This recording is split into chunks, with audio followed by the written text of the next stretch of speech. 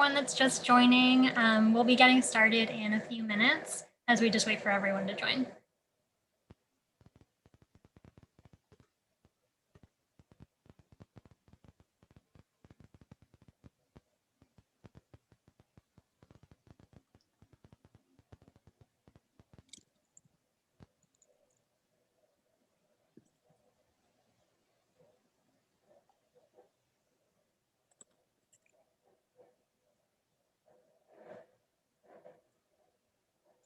For those of you who are just joining us, we'll be getting started in a couple minutes. To enable the captions, you can click on the CC icon at the bottom of your screen. And we'll also be sharing a link in the chat if you'd like to view the captions in a different browser.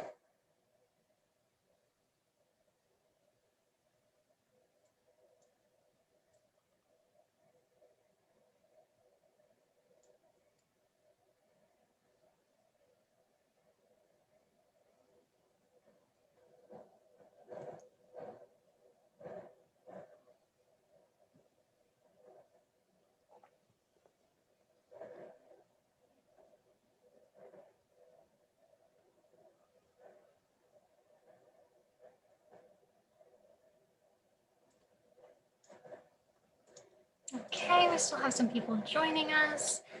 I also just want to plug before we get started, we'll be saying this at the end of the session too, but Outreach will be having another cultural accessibility conference this fall, and we're currently accepting proposals for our conference. The deadline to submit your proposal is this upcoming Monday, March 29th. So if you'd like to present, definitely submit something to us. We're really excited to be hosting another conference and we'd love to hear from you. And as a presenter, you would get free admission to our 3-day conference as well as a small honorarium. So we'll share information about that in the chat as well. But it looks like it's just about time to get started. So we'll just go ahead and as people are joining us, we'll catch them up in the chat. But welcome to our Cultural Accessibility Forum and Exchange, aka Cafe.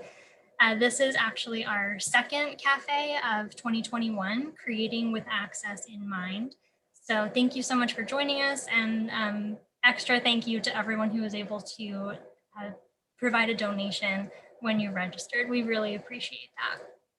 If this is your first cafe with us, just to introduce you to Outreach, we're a nonprofit organization in Philadelphia, Pennsylvania, and we create, advocate for, and expand accessible opportunities in the arts so the entire spectrum of society is served. My name is Alex Boyle. I'm the manager of member programs here at Outreach. Just to give you a verbal description of myself, I'm a white woman with shoulder-length, wavy red hair. I'm wearing a long sleeve gray shirt, and I also use she, her pronouns. You can't see them, but I'm also joined by my colleagues, Katie Sampson and Charlie Miller, who are not going to be on screen, but they are working hard in the background to make sure that everything is going smoothly in Zoom. And they're also available to assist with any tech questions or accessibility questions you might have in the chat. I do want to thank Hands Up Productions for providing ASL interpretation for us today, and Caption Access for providing captions. Again, to enable the captions, you can select the CC icon at the bottom of your Zoom screen, and we'll share again a link in the chat to view the captions in an external browser as well. So if you do have any tech or accessibility questions today, feel free to share them with us in the chat and we'll take a look for you. And later on, if you have questions for our presenter, Krista, you can use the Q&A feature at the bottom of your screen. Or if you'd like to be unmuted and verbally ask your question, you can use the raise hand feature as well. There is going to be a poll toward the beginning of the session, and Krista will have some interactive questions that you can share your answers in the chat so everyone can see.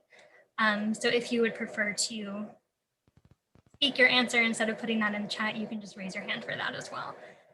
The session will be recorded today, and it's going to be posted on the Outreach YouTube channel. So if there's something that you just forget to write down or you want to come back and reference the slides later on, you'll be able to do that with the recording, and we'll also be sharing the PowerPoint in the chat for you as well. I think that's all of the housekeeping stuff that I had. So without further ado, I'll just go ahead and introduce you to Krista Lewis from Pennsylvania's Office of Developmental Programs.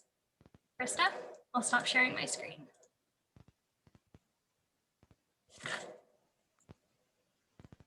Righty. Hi, everyone. I'm going to start sharing my screen. Give me one moment here.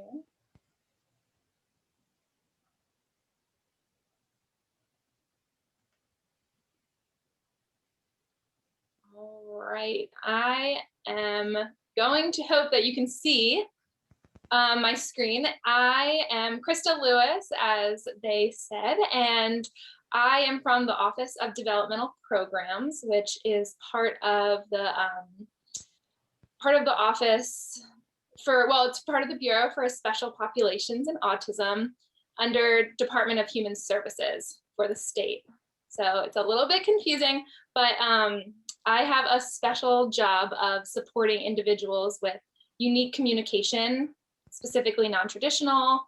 That might include sign language or visual gestural behaviors, people that might fall under the nonverbal category. I support them in their communication to ensure that things are truly accessible. Before I move to my next slide, I'm actually going to ask you to do a favor for me. I want this presentation to be interactive. I want you to feel like we are in person, even though we are not, and I wish we were. So I'm going to do just like a small activity to get us started. And if you could, I would love for you to shut your eyes before I flip to the next screen. I am going to not put up my picture yet. I'm going to describe it and just kind of hope that you catch the necessity of verbal descriptions when you can't see what is being shared. So, flip here. On the screen, I don't want you to be looking, but on the screen is a photo of me. I am a white female. I have long brown hair, and in the picture, I am in a foggy, leaf-filled background with my husband, who is a tall, white, brown-haired male. He's in a plaid shirt, and in between us, we are hugging our golden retriever. He is young and still a puppy in the picture. He has his mouth open and is wearing a green plaid bandana, and this is from our fall photo shoot. All right, so open your eyes if you did have them closed. On the slide is the picture. Is it what you were envisioning? Did you kind of get a feel for what it might look like? I was hoping by that you would see that if you aren't able to look at something on the slide, that you could understand the value of verbal descriptions. I'm going to be working to do that throughout the presentation. Also on the slide just popped up a picture of where I am located. I am not in Philadelphia, Pennsylvania. I'm in a county nearby. I'm in Lancaster, Pennsylvania, just a small town. I love it here. I work in Harrisburg, which is in central PA, not too far away. Next picture that popped up is a photo of me from my teaching days. I am now a state employee, but prior to that, I was a teacher of the deaf and hard of hearing for students. And in this picture, I am sitting with 4 students surrounding me. I'm reading a book to them, and they're each sitting and attending, and you can just see their backs in this photo. So for me, accessibility has always been something I have valued because I've worked with kiddos with varying skills and varying hearing loss, vision loss, and other disabilities. And my goal as a teacher was to always make everything I did accessible to them, including field trips that were hard to make accessible and I didn't have control over, including books. In the photo, I'm reading a book, but you can also see one of my students is holding an individualized book with just one photo on each page so that he's able to visually attend to the story as I'm reading it. And that's just a goal I have. So a little bit about me and why I care so much about accessibility. And now my current position, I, like I said, work for the Special Populations Unit, and within the Office of Developmental Programs, which I'll just call ODP from now on, there are values that we hold very high that basically all of our work evolves around, and that's ensuring that everyone has the opportunity to live an everyday life. And this looks differently for each person, which requires a lot of accessibility. So the number one recommendation that my unit is tasked with doing is to assure effective communication. It's the number one recommendation out of the 13 that we have for those everyday lives values.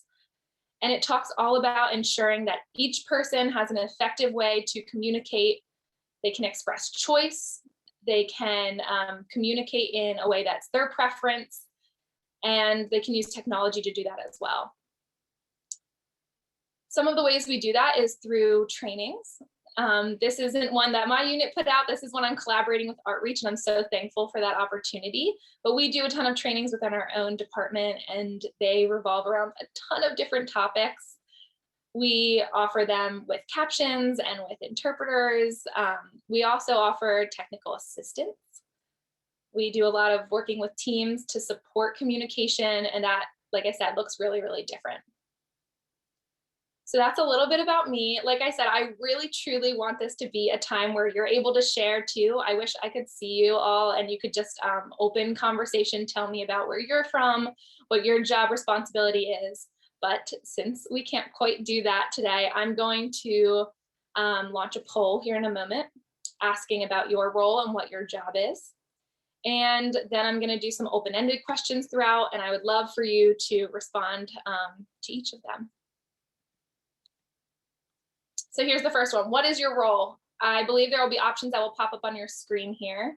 They'll be launched in just a minute. So the options are museum cultural administrator, theater or performing arts administrator, human service agency staff, accessibility coordinator, educator, customer service or ticketing, marketing or communications, teaching artist, ODP staff, or someone who works with the Office of Developmental Programs in any way, or other. And if you do select other, I would love to see if you type into the chat or the Q&A so that I can see what your role is if it doesn't fit into one of these boxes.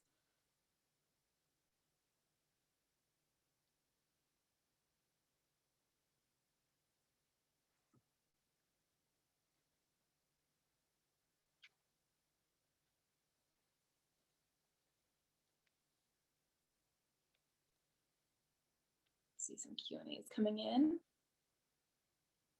Thanks for those who responded. We have a theater artist. We have an art director at an inclusive art center.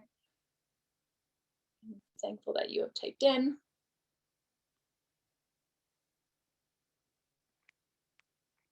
All right. I don't think I can close the poll. I'm not the one running it, but I think maybe Charlie's able to. Hopefully I can see the results of that. Maybe someone can tell me. Oh, there they are. So a lot of theater performing arts administrators. Got some others. Type in that Q&A if you're another, I'd love to hear.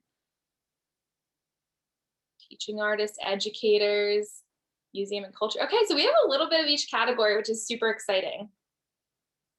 I'm gonna check out Q&A to see what else we have here. Got a board member, really cool. Okay, awesome. So thank you so much for being here, for spending part of your day with me. I don't know where you are, but it is rainy here, and rain is not my absolute favorite. So I'm gonna make this as exciting as possible so that you enjoy spending your afternoon with me. So the next one is a question that you will have to use either chat or you can raise your hand and we can open up the mic and allow you to share.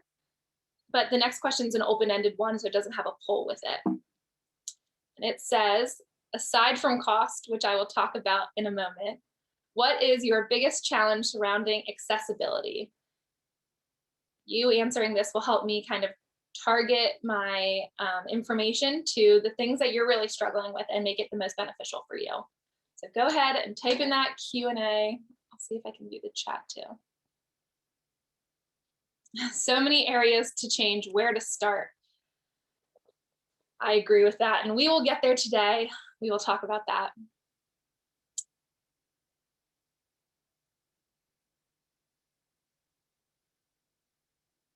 I'm going to just read a few out here. Knowing the resources available in my community, especially performing arts related. Getting the support of staff leaders from the top down of an organization. What a challenge. I agree with that one. Organizational buy-in, same thing. Keeping up with new trends and standards, which in the last year, how they have changed, right? Where to start, technology, buy-in. I'm seeing a lot of buy-in from leaders. Perceived accessibility. Bilingual resources. Oh, wow, so many answers. Yay, thank you so much for like typing in. It makes me really happy and feel like we're actually together. Okay. Budget.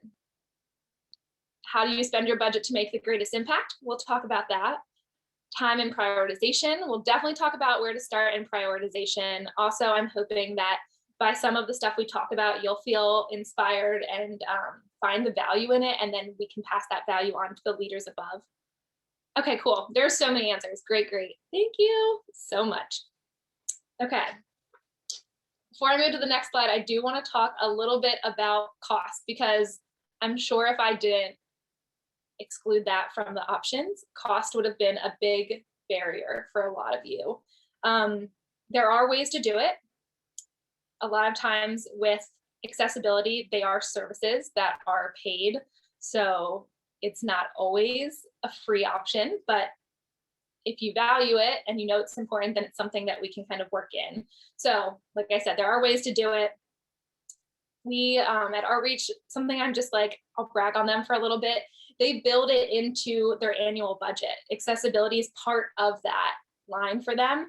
And they ensure that they can do a certain amount with accessibility each year. And I think that's really where it starts, is starting small. You might not have a large accessibility budget right out of the gate, but if you really value it and you think it's important, that will be part of it. Also, just searching it out really supports the advocacy of accessibility. When you reach out to another, say you're a theater, you reach out to another theater and you say, hey, who do you use for interpreting? We also need interpreters. They might say, we don't use that. We don't have interpreters. And then you have now just advocated for the use of interpreters. You're showing them that it's important and that you're seeking it. So that search really emphasizes the importance of accessibility. And just by doing that, you're building it up.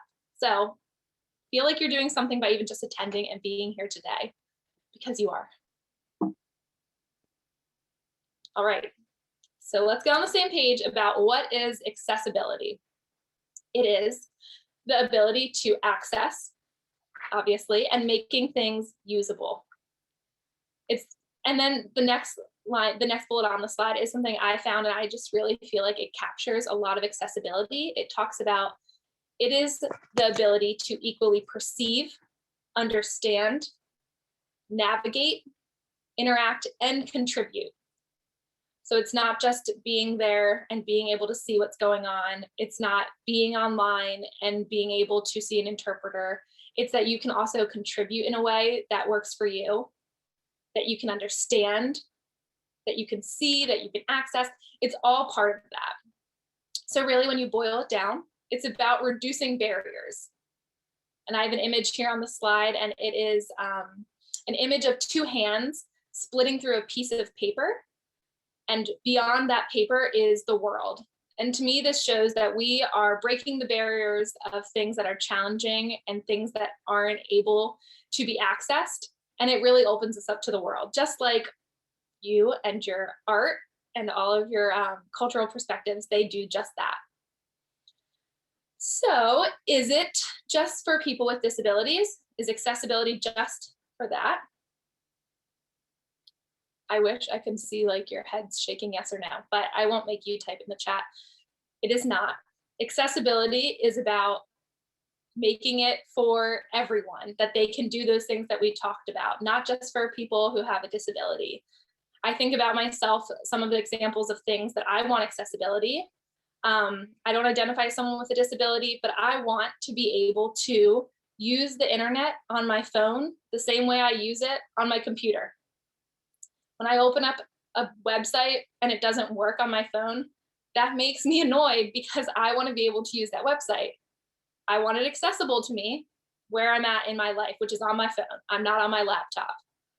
So another example, when I'm watching a TV show and someone starts speaking in another language, I want captions to pop up. I don't know what they're saying, and I want to understand because they put it in the TV show I'm watching, and I feel like they should. And when it doesn't, I feel annoyed by that, and I want accessibility in that moment. So I'm sure you can relate to situations where you've been that you want accessibility in situations where it doesn't come or doesn't happen naturally. So it's not just for people with disabilities. Something I wanted to mention here is that with the pandemic, we have all had to pivot in new ways, ways we haven't thought about, ways we couldn't have imagined a year ago, a full year ago, which is crazy. We've really had to consider accessibility because we've been moving from in-person to a lot online, and that technology has changed even in the last 12 months. And I think that this isn't something that is just going to happen short term. I think right now it's happening, but people aren't going to rush back to be in person. I think this could be something that we need to get used to and something we need to continue to change and pivot with.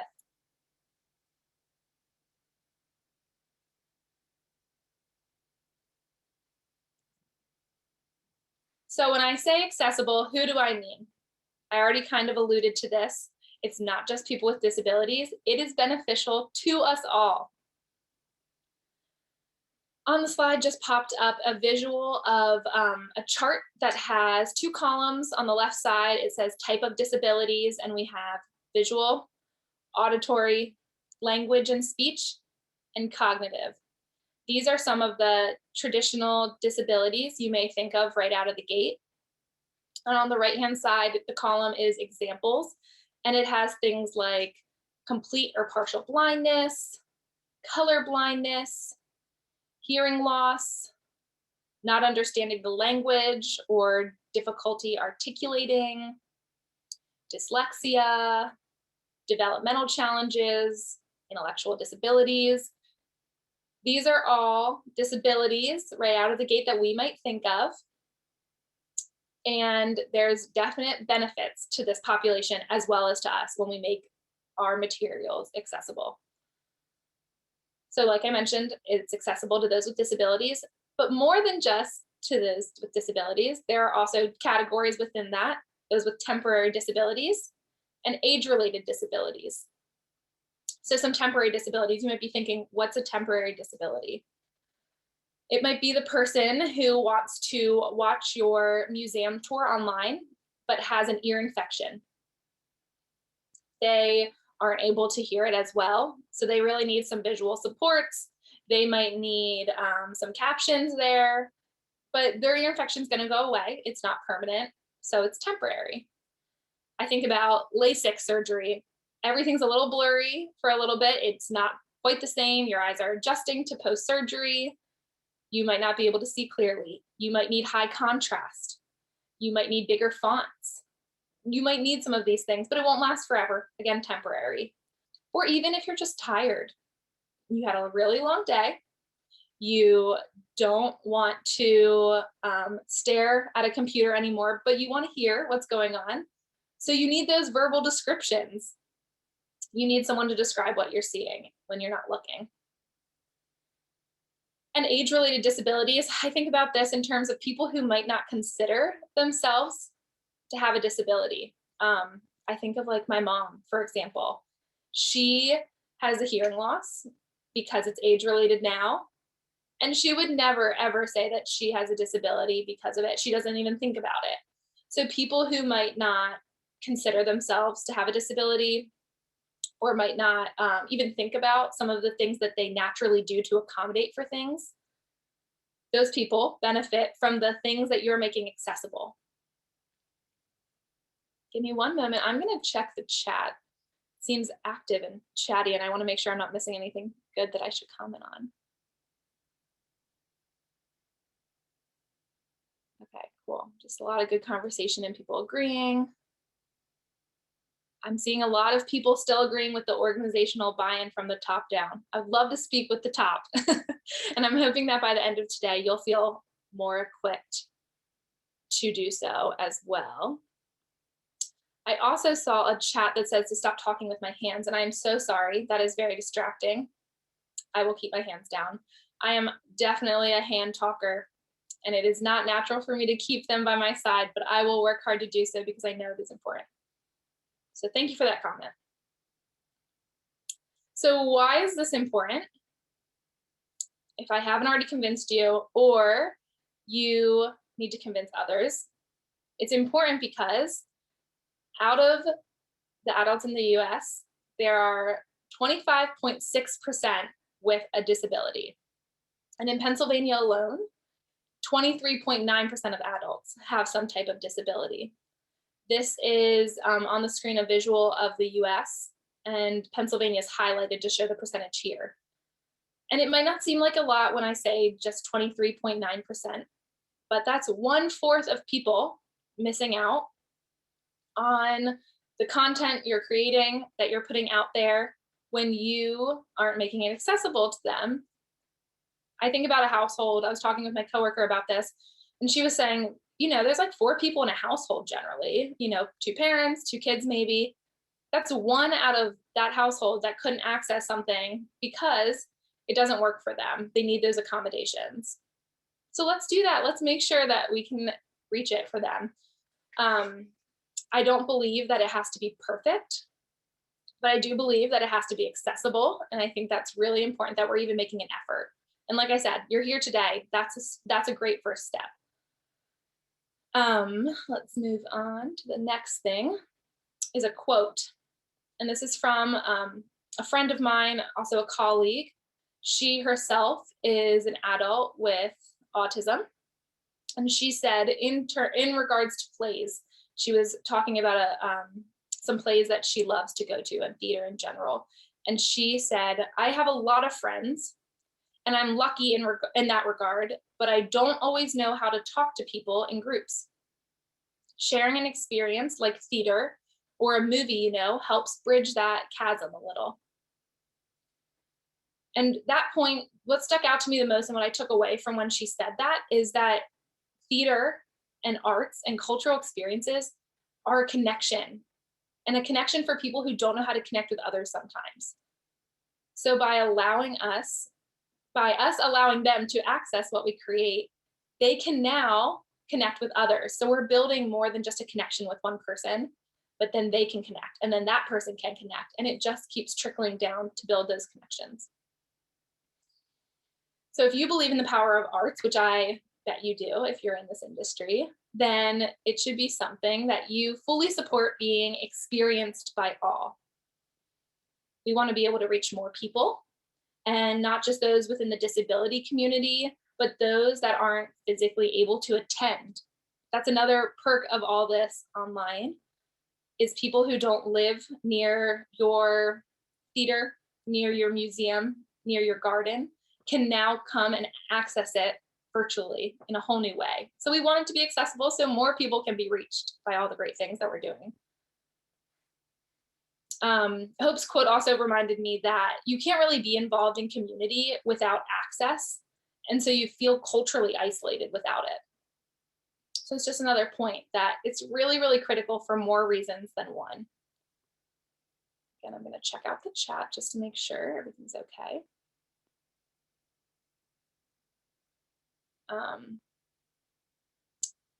Okay. 25.6% someone says, but does not include seniors, so a larger group to consider. Please comment. Yes, I would say that since it says adults only, that is below 18 is not included in this. So that means it's not like we're not counting the group of kids and maybe seniors as well. I believe adults does include seniors, but I don't think it includes anyone below 18. So there's a large population of people with disabilities that are still not included. So that percentage may be higher. That statistic I got is from CDC's website, and I could definitely look more into it. And if you want to have more conversation surrounding that, I would love to talk about it with you. I have my email at the end, and you're welcome to email me. All right, so I'm actually going to turn off my video for a moment. I'm going to let Alex, I believe, pop back on and give a little bit of information about ENCORE at Home as we transition to talking about my project and my connection with this, and some good information there. Awesome, thank you, Krista. So yes, just to provide a little bit of context for the next part of Krista's presentation, I just want to fill you in about what our ENCORE at Home project is at Outreach. This was a project that we launched in summer of 2020, so pretty much at the height of when the pandemic was at its worst and we were all very much in the work from home mode. And like many of you, I'm sure, we were struggling with how on earth we could take our programming, which up until that point had always been in person, and translate it to being online. And we at Outreach were really great at being the connectors between the disability community in Philadelphia and the arts and cultural organizations in Philadelphia. So of course we started sharing out all of these different virtual experiences that were being pushed out by all of these different museums, theaters, gardens. And we saw that there was a lot of digital content coming out, not just in Philadelphia, but nationally and globally. And we realized really early on that very little of that content was actually accessible. We weren't getting captions, we weren't getting verbal description, very little ASL interpretation. So we set out to work with a couple of our cultural partners here in Philly to create a series of short, like 5 to 7 minute videos that would feature verbal description, captions, and ASL interpretation. We kept the videos very simple because, like I said, we were just figuring out how to work in this world and we were all working from home still. So it was really just featuring staff at some of these organizations in their houses, telling a story about an object in their collection, something related to their museum. We had one video featuring a theater artist talking about a costume that she had designed for a production that didn't go on because of the pandemic. And we worked with all of the presenters to provide verbal description as they went in their presentation. So that way we didn't have to go through the process of adding in the audio description track later on. We took their video and we added the captions ourselves using like just the caption software in YouTube that we edited on our own. And then we also added in the ASL interpretation as well. In general, the videos were well received from what we could tell. But before we continue to offer more of them, this is where Krista comes in. We wanted to make sure that we were getting feedback from the disability community, and that's really the most important part of any accessible program, whether it's digital, in person, a new program, or a program that you've been offering forever. It's really a cycle that you have to continue getting feedback from the community that you're serving and reevaluating and adapting however you need to. And something that I'm aware of was that we offered captions, verbal description, and ASL, but those three things are not the end of how you can make a video accessible. There's so much more, particularly for people who have sensory sensitivities, and I know Krista will have some really great advice about that. So we worked with her. She was able to survey a group of people with varying disabilities who provided feedback on our videos. I'm really excited to get working on more digital content, knowing the feedback that she got.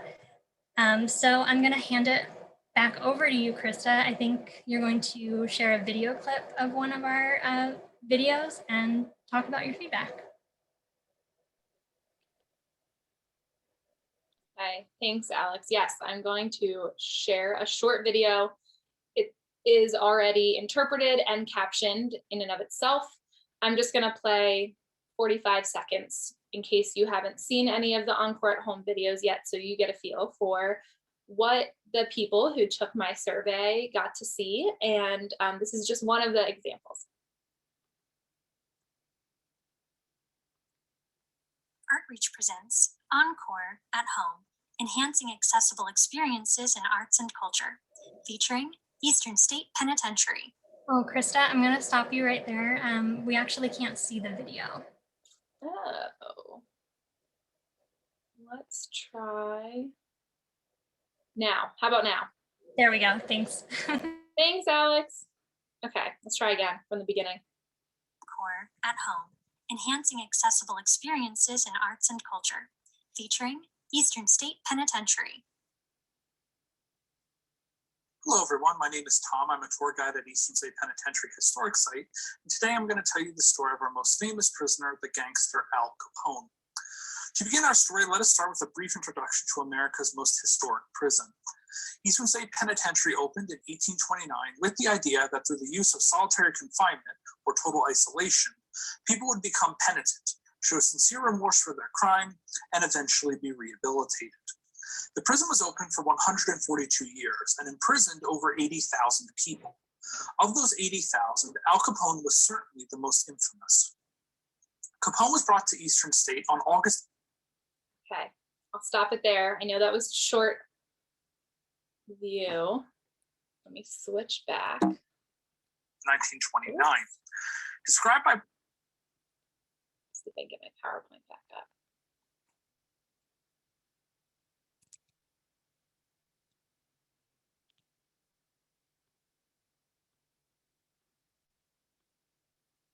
Okay. I think we're good. You can see the PowerPoint. So that was a short look at one example. There were many different videos. On the slide here is a list of the ones that they had as options. We had the Museum of American Revolution, American Philosophical Society, Philadelphia's Magic Garden. We had some on Eastern State Penitentiary. We had an art making experience. I won't read them all, but they are on the slide, and they are accessible on their YouTube. I believe that the link is also in the Q&A if you do want to check out any of the videos. So like Alex mentioned, I decided to see if what they did was working. I had some thoughts on my own of what I thought was awesome and where I thought there could be improvements, but I wanted to see what people in the community thought themselves. At the top of the slide here is a quote that says, "Nothing for them without them." And this is something I really stand behind, that if we are going to create things that we want to be accessible, then we need to ask ourselves, who are we making it accessible for? And is it working? So I had 45 people respond to the survey I put out, and we're going to go through just some of the data involved in that.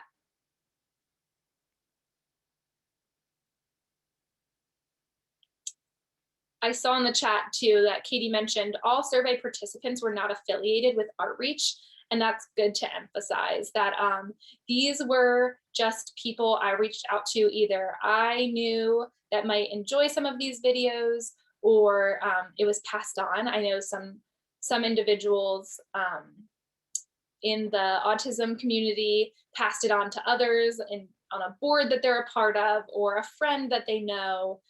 It also, some of the participants I know of didn't disclose any disability that they would say they have, but I know that there was someone who is fully blind that viewed the videos.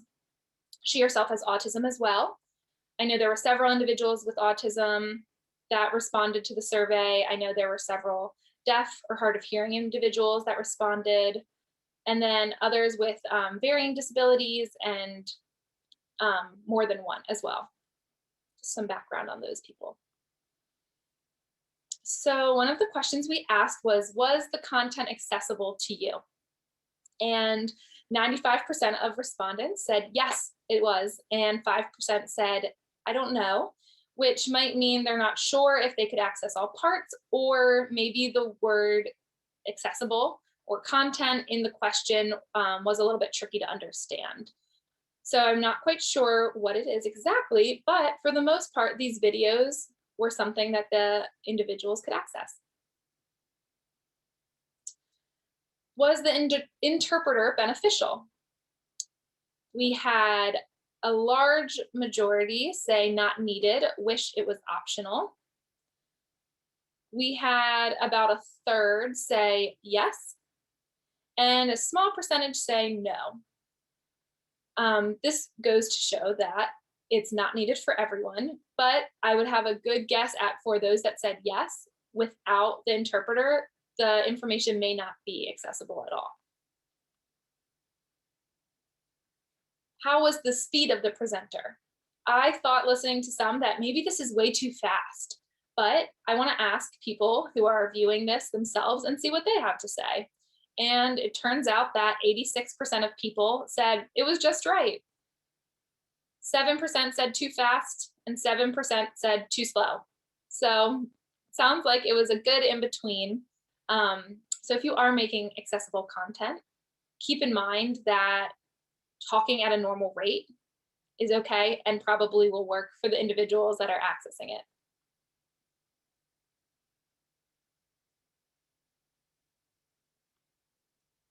Was captioning beneficial? 2/3 of people said yes. About a third, a little less than, said not needed, wish it was optional. And then a small percentage said no.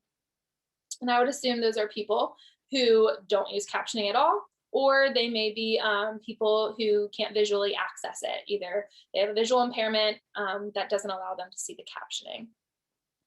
But if you remember the interpreter question a few slides back, the percentage here is a lot larger for captioning being beneficial. So I know one thing we talk about with budget is that where do we start? We can't do it all. We don't have the funds to do everything all at once. Captioning is a great place to start. It goes across a wide audience that can benefit from it. And as you can see here, it's beneficial to many, many viewers. A large percentage of the attendants used it for this. Were the verbal descriptions helpful? Again, I wasn't sure how this would come out when I was watching it and thinking through these questions myself, but 89% of people said yes, and 11% said they didn't notice them. There were no votes for no, the verbal descriptions were not helpful, and no votes for need more of them, which goes to show that Outreach did a great job making sure that things were verbally described on the videos that they created, and that people really benefit from that, or don't even care if they happen. So I thought maybe people who don't need verbal descriptions will think they're annoying, but no, that wasn't the case at all. Would you have preferred more images or pictures and less of a view of someone talking? Most of the videos created was just one person with a background behind them, and they were just sharing about whatever their organization was or their museum, cultural center. And the results were 34% yes, 52% said no, they didn't prefer something other than images or pictures, and 14 said, I don't know. So it may show that people would like some variation in what they're looking at the whole time, and others don't really care. They're just there to gather that information. We asked a question about if the presentations were visually overstimulating. And most people said no, and there were a few that said yes. And they left the comments that said either a lot going on visually behind the presenter, or the interpreter was going too fast, and that made it visually overstimulating. So stimulation, as Alex mentioned, goes along with some sensory processing and just some sensory concerns or challenges. And this is hard for us to put ourselves in the shoes of someone who might be overstimulated by something that we don't even think twice about. So I want to show a short video here that provides a taste of what it might be like to be overstimulated. And the video looks more at auditory overstimulation, not necessarily visual, but the combination of what you see on the busy slide of the video and what you're hearing can be a lot. So just a warning, I am going to play a video. There is no talking, just a lot of sounds and moving pictures on the slides that can make it overstimulating. Let me flip to that quickly.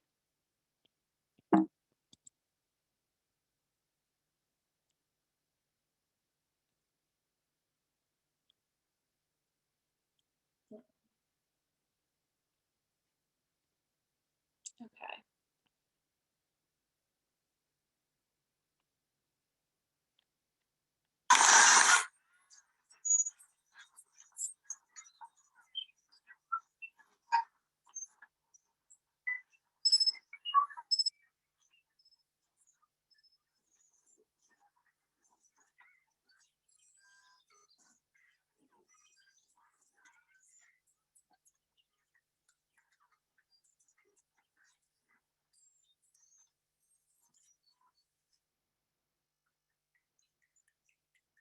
I'm seeing the interpreter say that she's not hearing anything. Alex, are you? Yeah, I was just going to jump in. I think we're not getting the sound very clearly. Are you able to hear it at all, or is it not coming through at all? It sounds like it's just very faint. That's the opposite of how it's supposed to be. Okay, let me see if I turn my volume up. It's very loud on my end, so let me see if I turn it up a little if you can hear it.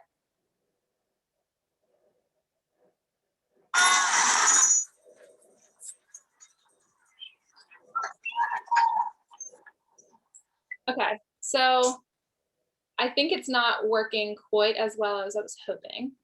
So I'm gonna switch back to the PowerPoint, and I will send the link into the chat in a moment. And you're welcome to watch the video at any point after the presentation and get a feel for what it is like to be overstimulated. And sometimes I think that example allows us to think about it from another perspective. So just like someone typed in the chat and said, can I stop moving my arms? It's very distracting. That is a great reminder that to me, I'm not even thinking twice about it, but it impacts someone else and their ability to access the information. And that's an accommodation I can easily make.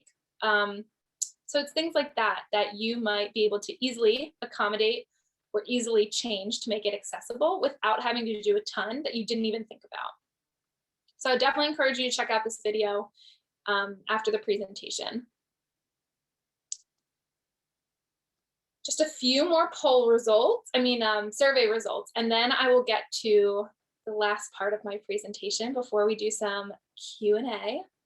And if you have any questions that pop up as I'm going through this, go ahead and type them in the chat. I am excited to get to that after I'm done, so I can see kind of where you're at and what you're thinking and how I can help more. So this question says, would you have liked an opportunity to actively participate?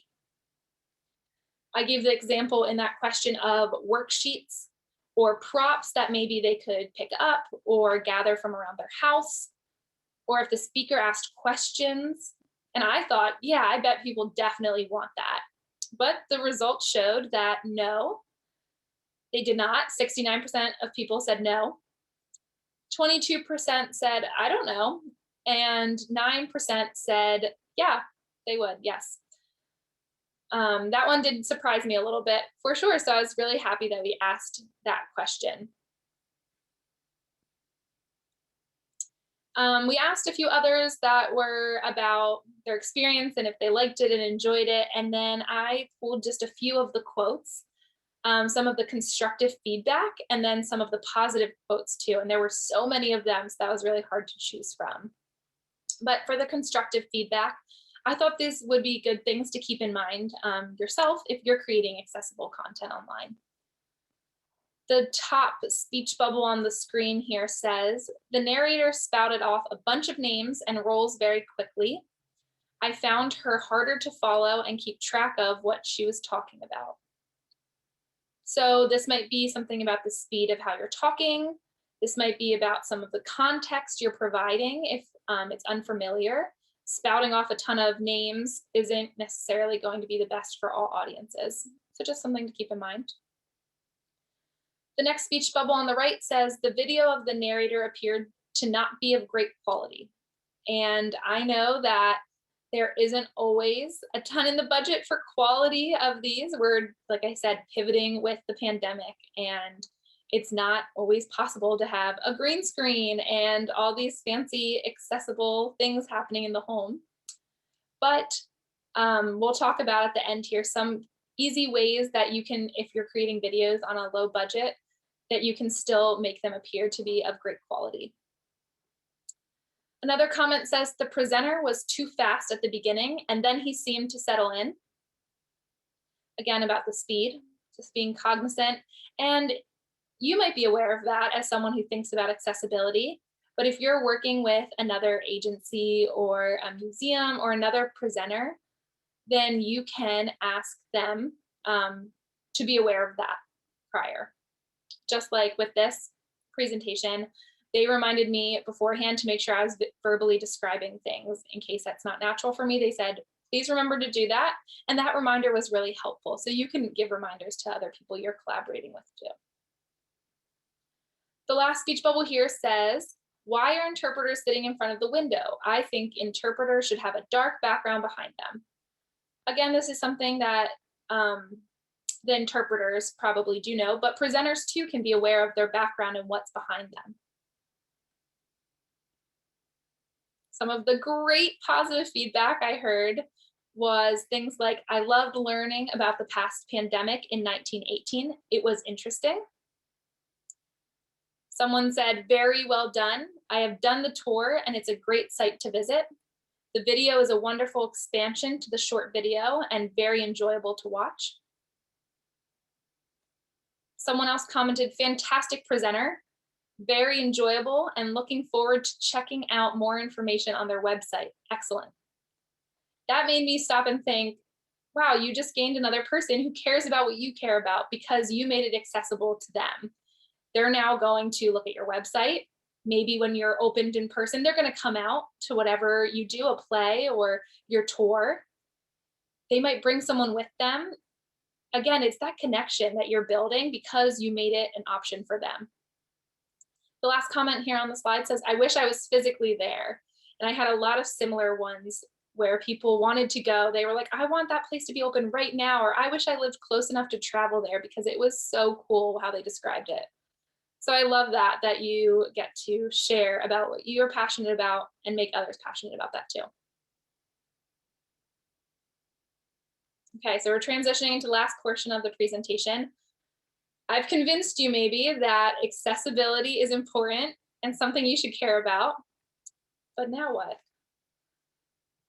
So we're going to go through 4 different areas. The first one being motor and making things motorically accessible. Someone mentioned in the chat that I didn't originally address physical disabilities, and you're right, I did not, but that's definitely something to consider in person. That makes a big difference to make sure that your building and what you create is physically accessible to someone. But online, there's still a lot to consider with that. So some of the considerations and questions you can ask yourself when you're creating accessible content is, where's your content kept? Is it somewhere that's easy to find, easy to navigate, Is it visible? Is it something that takes 1,000 clicks? Because we want to make sure that people can get there easily. Again, easy to navigate. I have the image on the left of the screen here is a very busy, visually busy website. It has colors and pop-ups and lists and columns and videos and pictures and all these things happening. If that was your website and you said find our videos, I would not be able to do it. And this plays a little bit into the vision part as well. It's just a lot to look at, and it might be so much that I'm like, it's not worth it to me. I'm not going to do it. So we just want to think about where we're keeping things and can they be found easier. I like to run it by another person, like an outside perspective. Sometimes I'll have my husband and I'll say, hey, come to this website and can you find my training? Can you find it easily? And a lot of times he'll give feedback and I'll see where he gets stuck along the process and where he thinks it should be. And I can tweak it based on that. So think about it too. Ask others, ask outside perspectives. Does your description communicate what it's about clearly? One of the things I thought about was the one video Artreach put out, again, like I mentioned, was a craft almost. It was a sensory bottle creation. And that would require a lot of motor skills, twisting off a cap and pouring and adding things to the bottle. And that can be listed in the description so that people know it will require materials and it will require manipulating materials. So if that's a challenge or you need support during manipulation of physical, tangible items, then maybe it's something that you can, you need to know in advance and prepare for. And then when you're doing online creation of content, talking about your physical accessibility in person. When people made that comment about, I wish I was there, I would have loved for them to answer right off the bat, is it something they can even access? Is it wheelchair accessible? Are there a lot of stairs? Is it so narrow? Could it be something that they can actually visit if they can get there? So just maybe adding that information to your content. I'm going to talk about some auditory considerations. ASL interpretation is becoming something I see more and more, and I love that it's something that is included, but I will say that I know it is not cheap. I know it is an expensive accommodation to have, but it is a worthwhile one. And something that my unit does is we have all of our presentations interpreted. Sometimes that is live, even if it's not requested, and other times it's something we add in after the fact. So that's a little tip here on to use your budget, to stretch your budget as much as possible. Interpreters generally have a limit that they charge regardless of how long the service is. So if you have a 15-minute video, they might have a 2-hour minimum that you're paying regardless. So it might be worthwhile to save up a bunch of your videos and then request them to be interpreted, or have 2 interpreters come and do them with both, so that you're getting the most of what you're paying for instead of just paying the same amount for 15 minutes. You can now have a lot more content. That also allows it to be optional in the sense that people, in the poll results you saw, some people wished interpreters were optional. It can be distracting if you don't know ASL. And so if you have already recorded content and it's digitally accessible, you can add a second version that says ASL accessibility and have the interpreters there for that. So it doesn't have to be something you do right out of the gate every single time. It can be something that you add in gradually and add to your collection of things that can be accessed with ASL. Captions are the same way. They are incredibly beneficial, and Artreach talked about how they use like a free captioning system within YouTube. It doesn't have to be something that you pay a ton of money for, although you can use a service, but there are other ways around it. So just really look into them. A note about interpreters and captions: if you're going to be using them for any kind of content that you're creating, providing it to them in advance is going to make a big, big difference in how the interpreters are able to present the information, how the captioners are aware of names and the context. It just allows it to be more well done. So keep in mind that you should always send prep materials to those that you're working with in advance. Another auditory consideration is the recording volume. I like to think about how it's important to record louder because you can often turn it down. But if it's recorded very softly, you can only turn it up so much before it still isn't able to be heard well. So just making sure that when you're working with partners or you yourself are creating content, that you're aware of the volume at which you're pronunciating and speaking and how close you are to the speaker itself. Consistency of volume. If you're recording over different times and it might be in different environments, the audio will sound different. So it's something to just keep in mind when you're in different spaces and different environments. Your volume might sound different and how it's coming over to the audience might play a part too. So you might want to listen back and make sure everything sounds okay.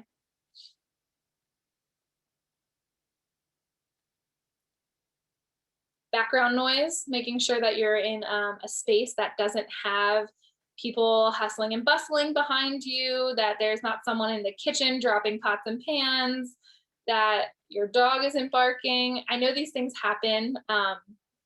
We all have been at home for a long time and have seen dogs come into cameras and kids and noises, and we're used to that, and that's okay. But when you're creating accessible content, we want to cut that back as much as possible. And then there is call-in information. So this is something we do for presentations that aren't interpreted in the beginning or for meetings. If we don't have an interpreter for whatever reason and we don't know of anyone deaf or hard of hearing coming, then we may add a slide that looks like this. And it says, if you are deaf or hard of hearing and are trying to access this presentation, please call in through video relay services. This is something that, if someone uses video relay services they're familiar with, they can call in and provide the meeting and webinar number. Just like today, they could have given the Zoom call-in information to an interpreter through video relay. And then providing the access code to them allows the interpreter to hear what is being shared and they can interpret it there. This can't be done in the same room, but if it's content that you don't have an interpreter for and someone might be joining last minute, this is just an option potentially that could work. Two more. We have visual as the next one, and then I will get to the Q&A, so keep the questions coming. One thing I like to talk about is contrast, and on the slide is the word contrast in dark blue, highlighted in a medium shade of blue, making it harder to read. And you're probably thinking, I can read that fine, but if my whole presentation was done in that kind of text, it might be a lot harder to figure out and your eyes might be tired sooner. So when you are creating content, you want to make sure that there's a lot of contrast. Contrast in yourself and the background, contrast in your words on the slide and your captioning, any images you show. You just need to be aware of the contrast of all that. And on the right-hand side, I have two pictures. One is a Coke can, and it is sitting on a table with some things in the background. You can see the table, you can see the background. The Coke's not hard to see, but in the second image, the Coke is cut out and it is outlined in black then. And it just makes it pop. It makes it easier and more accessible. So if you're using any kind of visuals, you might want to make sure that they are cut out from the background or that they stand out from the background you're showing them against. That's a free way to make your quality look better. We talk about fonts a lot. On the slide are some fonts that are what people would say are the most accessible fonts and most legible. We have the list there. And the size of font are 18 or larger is what people recommend. So to ensure that if you are making a presentation or captioning your own videos, to keep that in mind. And also the size of your images. Again, if you're showing something very small versus something very large, you need to make sure that the audience can see it, regardless of their visual abilities. Visual clutter, so that's something about the background. You can hang a sheet. I have used a plain shower curtain or a regular curtain. I purposely sat in a room today that has a plain wall so that there's no distractions behind me, that you're not looking at my house and seeing my decor and thinking if you like it or hate it. So just being aware that even if someone doesn't have a visual impairment, those things play a part in how well done the video feels and how accessible it is to others.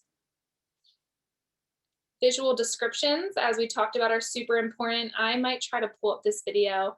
Art Reach talked about the Philly Magic Garden in one of their videos, and the presenter for that location did an amazing job visually describing the environment, which if you've ever been to Philly's Magic Garden, it is hard to describe. It is full of art and strange art at that, parts of plates and toilets and things that are hard to describe. So I was going to show a short clip of that, but I don't know if my audio will work. Let me switch over and see.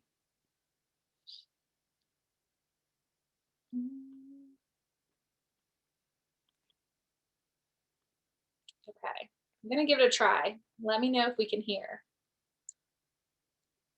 To be.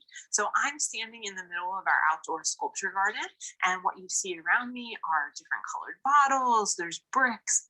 How's it going, Alex? We just can't see the video. If you want, oh, there it is. Never mind. How about now? Can you see it? Yes? Yes, you're good. Okay. Let's see if we can hear. Came to be. So I'm standing in the middle of our outdoor sculpture garden, and what you see around me are different colored bottles, there's bricks, there's bicycle wheels, there's broken plates, there's even a toilet, there are mosaics behind me, and the artwork really is all around. So it's on the walls beside me that go up about 8 feet. It's on the floor below me, and it's completely surrounding me. It's on pretty much every surface. So okay, I just want to show a short clip because she does a great job of explaining what is being seen in the visual. If you've never been there, I feel like if your eyes were shut, you would understand kind of what she's talking about and where she is. So that's just a great example of it. Another thing to mention about visuals is appropriate facial expressions.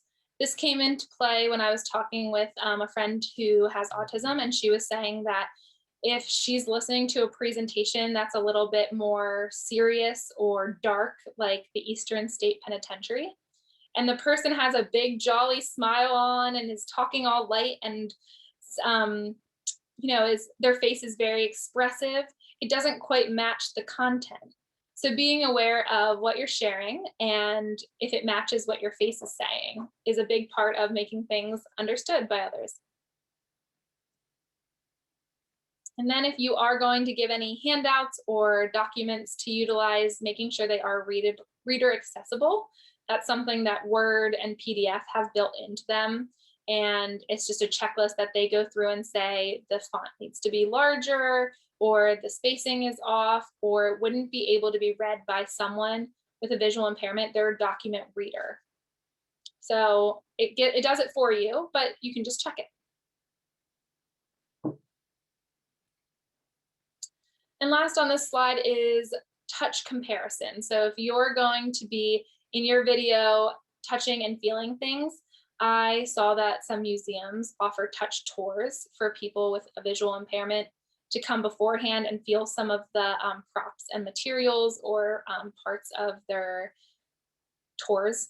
And if you're going to do any kind of talking about props in your content, you can do some comparisons so that people who might not be there or might not be able to see what you're talking about can envision what that might feel like.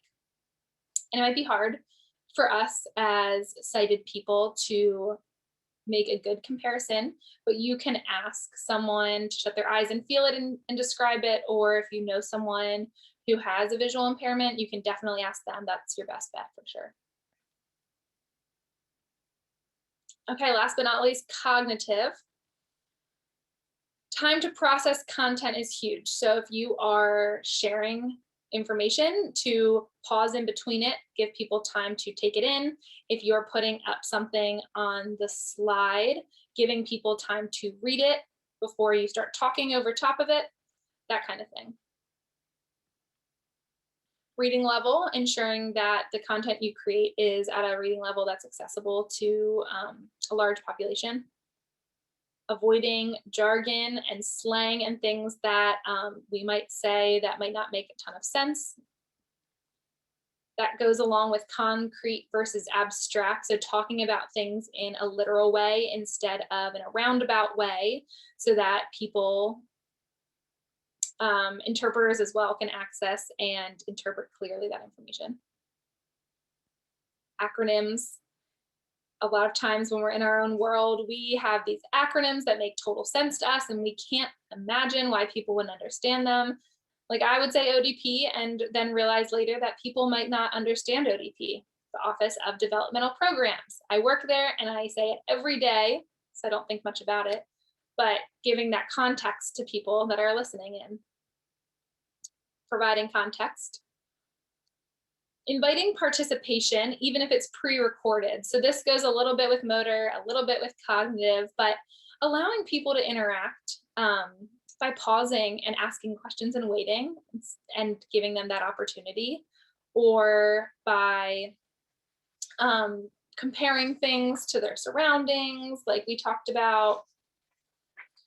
Let me see what other examples. Inviting movement and sound. So I say something and you repeat it, or I say this sound and do this, and then you say the sound and do this, counting on your fingers. But again, remember the motor piece and making sure it's accessible in that way too. And lastly, transitions. It helps people switch their brains when there are built-in transitions, and I tried to model that today by having transition slides when I went through my presentation, so you could see the different parts of my presentation and how they vary. I'm skipping 2 slides because I want to save time for your questions, but they are in the presentation if you download it. So I just want to close up here with one last slide that says, how do we meet everybody's needs? I know a lot of you mentioned this in the biggest challenge. How do we do it?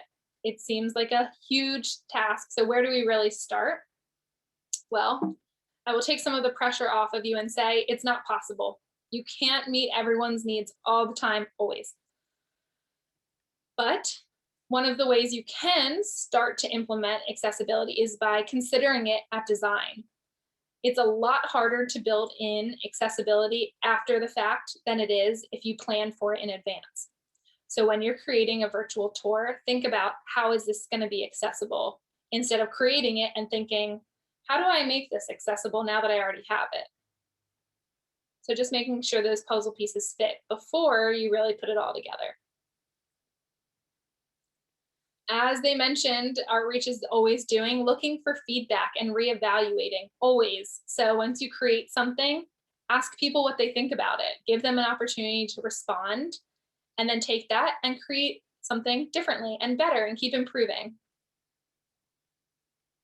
Offer accommodation requests. So you won't always know who your audience is.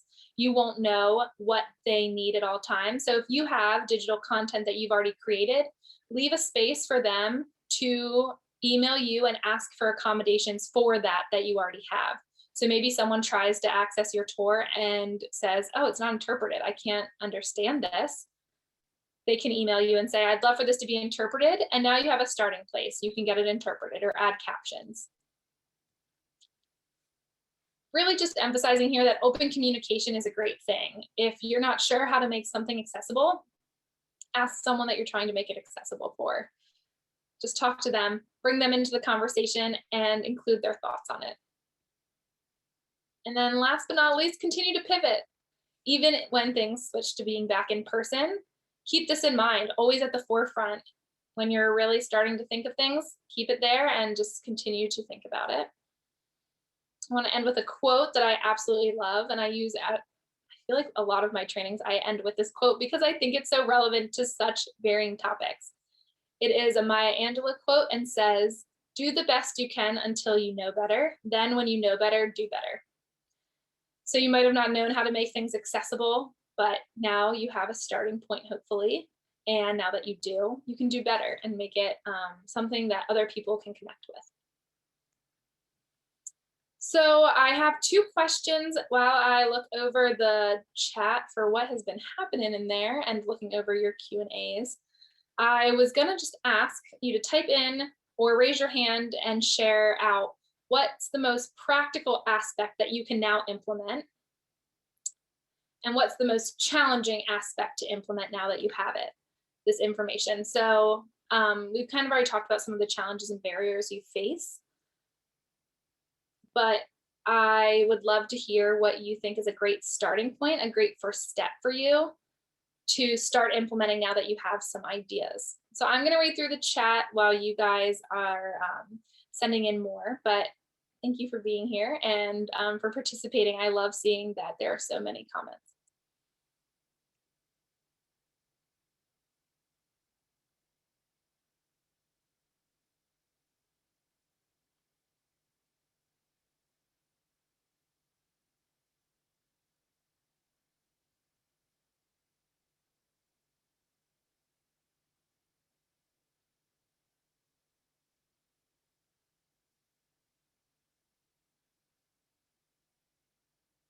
Okay, so someone threw into the chat, remember to value anyone you consult like you would a technical or artistic consultant with proper compensation, which is true.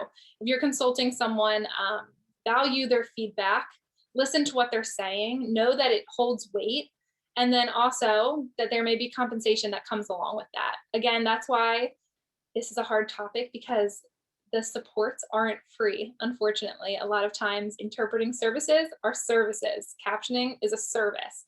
So it's hard to do these things on a budget, but there are ways to increase accessibility without breaking the bank. Okay. So I'm gonna go over to the questions. I'm gonna start. I haven't seen anyone type in, I don't think yet, about practical starting points. So feel free to still answer that in the chat. I would love to hear what you think is something you can implement right now, now that you have these ideas. I'm gonna grab a drink while I answer these questions.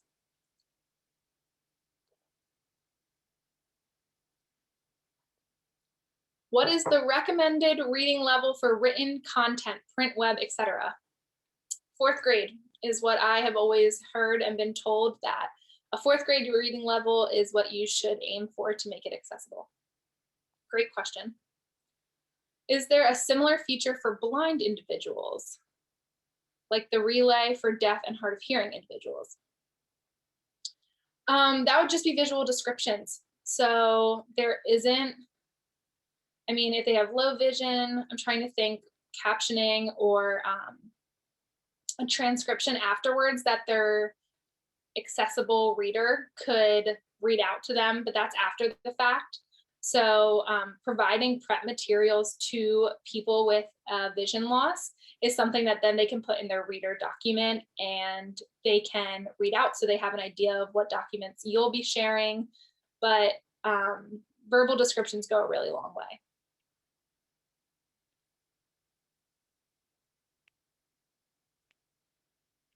Okay, not seeing any other Q&As quite yet, but feel free to ask away.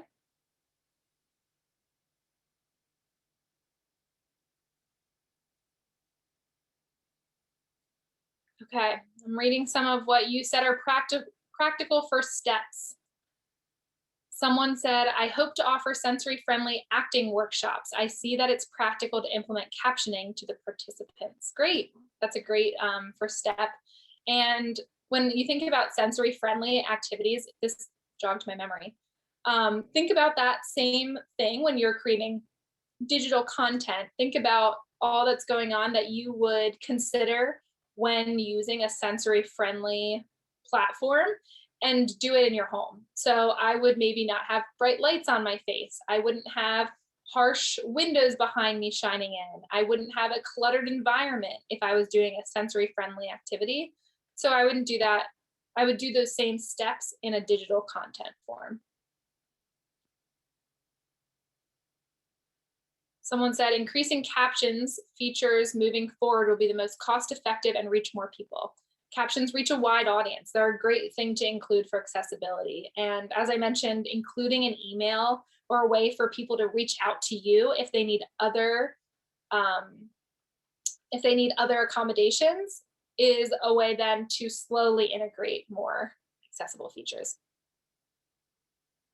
I'm seeing some thanks, and I really appreciate that. Thanks for your kind feedback. Actually, that reminds me, there will be a survey at the end that Artreach, I think, will send out, or it will pop up. I'm not quite sure, but there will be a survey, and I would love for you to include any feedback there about the presentation. I think it asks some specific questions about the presenter.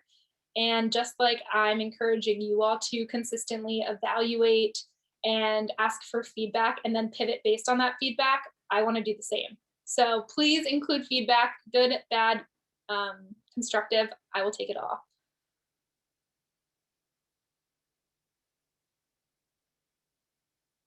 Just reading through some of your comments. Someone said that verbal descriptions are easy and free to add to online content. So true. Just put a note to yourself. I have a sticky note on my laptop that says verbal descriptions. I tried to model a lot of what I am telling you all that you can implement, but I probably didn't do the best at certain things, and that's okay because it's something that we practice and something that we can continue to grow in. So know that you'll probably mess up and it might feel uncomfortable. I think verbal descriptions at first sounded really awkward for me. I didn't know how to do them well, but the more you do them, the more comfortable you become. So just give it your best shot. Someone said the most challenging aspect is to implement is addressing individual needs while sorry, I should have read this in advance. Some of the words I'm not understanding.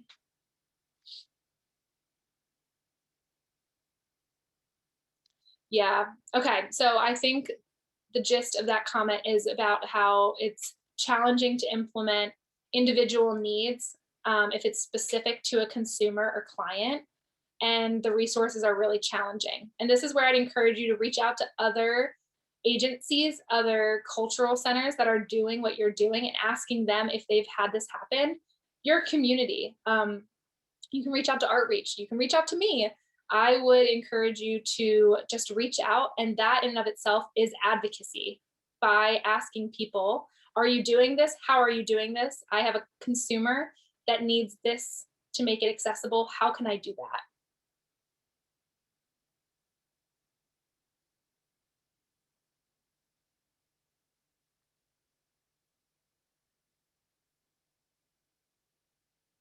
I'm gonna just keep reading here. Sorry for the pause.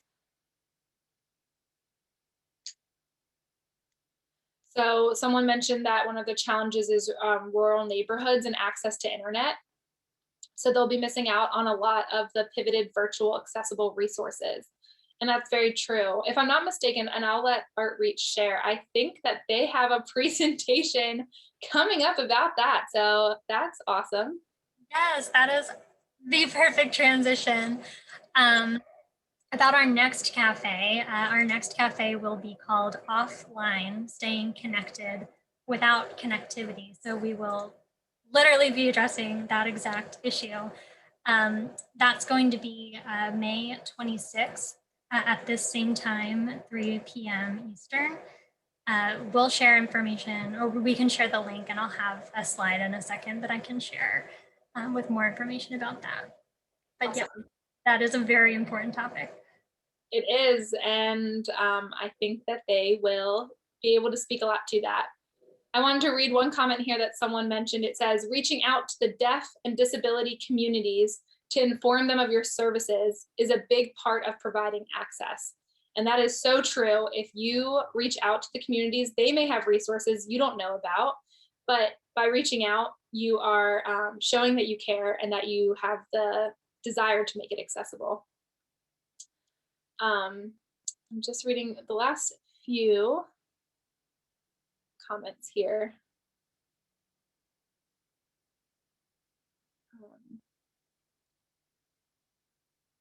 Okay, so someone mentioned that they really saw the value in verbal descriptions, especially when cameras aren't on. So describing who we are so that others can get a better sense of visual introductions. And to be completely honest, I didn't know I was supposed to verbally describe myself. But when I heard Alex do it, I was like, I too will do that. So yeah, just continue to learn and to grow in those ways. So I'm happy that it sounds like there have been some things that you have taken from the presentation and feel like you can start implementing. But if you have any questions at all, I wanted to put my email up on the slide here. And my email, I think they'll put it in the chat too, is C-KR